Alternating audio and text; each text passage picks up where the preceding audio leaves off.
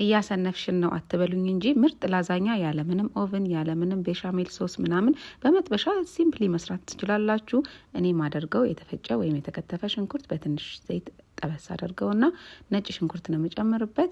ሽንኩርቱ ከዝንጅብል ጋር ስለተፈጨ ነው ዝንጅብል የምታዩት መጥበሻው ላይ።